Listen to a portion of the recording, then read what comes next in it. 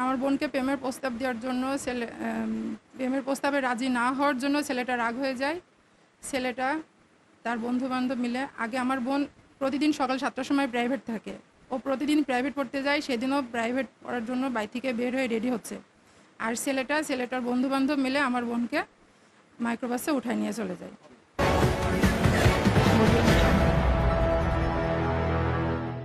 ঘটনা হচ্ছে, আমার ছোট বোন শ্বেত নাসরিন সাদিয়া, সে ভেড়ামারা পাইলট মাধ্যমিক বালিকা বিদ্যালয়ে পড়াশোনা করে।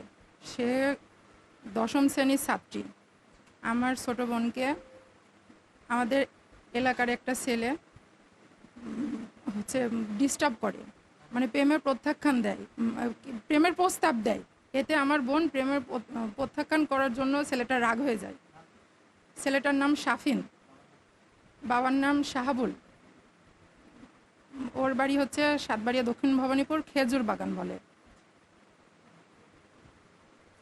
আমার বোনকে প্রেমের প্রস্তাব দেওয়ার জন্য প্রেমের প্রস্তাবে রাজি না হওয়ার জন্য ছেলেটা রাগ হয়ে যায়। ছেলেটা তার বন্ধুবান্ধব মিলে আগে আমার বোন প্রতিদিন সকাল 7টার সময় প্রাইভেট থাকে। ও প্রতিদিন প্রাইভেট পড়তে যায়, সেদিনও প্রাইভেট পড়ার জন্য বাড়ি থেকে বের হয়ে রেডি হচ্ছে। আর ছেলেটার বন্ধুবান্ধব মিলে আমার বোনকে মাইক্রোবাসে উঠায় নিয়ে চলে যায় মার্চ মাসের 9 তারিখে। ডিস্টার্ব দিত সেটা আমরা ও সেরকমভাবে বাড়িতে বলছিল, আমরা অতটা করিনি যে একটা ছেলে ডিস্টার্ব করছে, অতটা গুরুত্ব দিইনি। কিন্তু ছেলেটা এইভাবে ডিস্টার্ব করে তাকে এভাবে তুলে নিয়ে যাবে, এটা আমরা বুঝতে পারিনি। জি, প্রশাসন ফার্স্টে আমরা যখন থানায় যাই, থানায় মামলা নেয়নি। ওসি সাহেব বলেছে যে আপনারা কোর্টে মামলা করেন। আমরা তারপরে কোর্টে গিয়ে মামলা করি। কি মামলা করেছি, যেটা সত্যি সেটাই। আমার বোনকে অপহরণ করে নিয়ে গেছে, আমরা অপহরণের মামলা দিয়েছি। থানায় নিল না, থানায় ওরা নিল না স্যার, বললো যে আপনারা কোর্টে মামলা করেন। জি স্যার, আমরা কোর্টে করেছি। আমরা চাচ্ছি আমার বোনকে উদ্ধার করতে। আমার বোন নিয়ে গিয়েছে, আমার বোনকে আমরা ফেরত চাচ্ছি।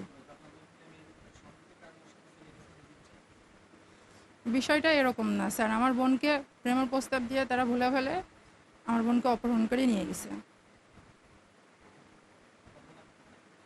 স্যার আমরা জানি না, সে আটরোজায় আমার বোনকে নিয়ে গেছে, তারপরে থেকে আমাদের সঙ্গে কোনো যোগাযোগ তারাও করেনি, সে করতেও দেয়নি। আমরা বহুতবার চেষ্টা করেছি স্যার খোঁজ নেওয়ার জন্য। আমরা তার মার বাড়িতে অনেকবার গিয়েছি, কিন্তু তার মা কোনো খোঁজ দেয়নি। না, তারা বাড়িতে নেই। আমরা মামলা করার পরে ছেলের মা আমাদের থ্রেট দেয় যে তোমরা মামলা তুলি নাও, নাহলে তোমাদের সমস্যা আছে। বিভিন্ন ধরনের লোকজনও বাড়িতে পাঠায় যে তোমরা মামলা তুলি নাও, নাহলে আমি আপ্রাণ চেষ্টা করব তোমাদের ক্ষতি করার জন্য। জি স্যার, আমরা এখন নিরাপত্তাহীনে ভুগছি। আমরা নিরাপত্তা চাই। আমাদের ফ্যামিলি, আমার বাবা মা, ভাই বোন, আমরা সবাই নিরাপত্তাহীনে ভুগছি। আমরা নিরাপত্তা চাই আর আমার বোনকে উদ্ধার করতে চাই।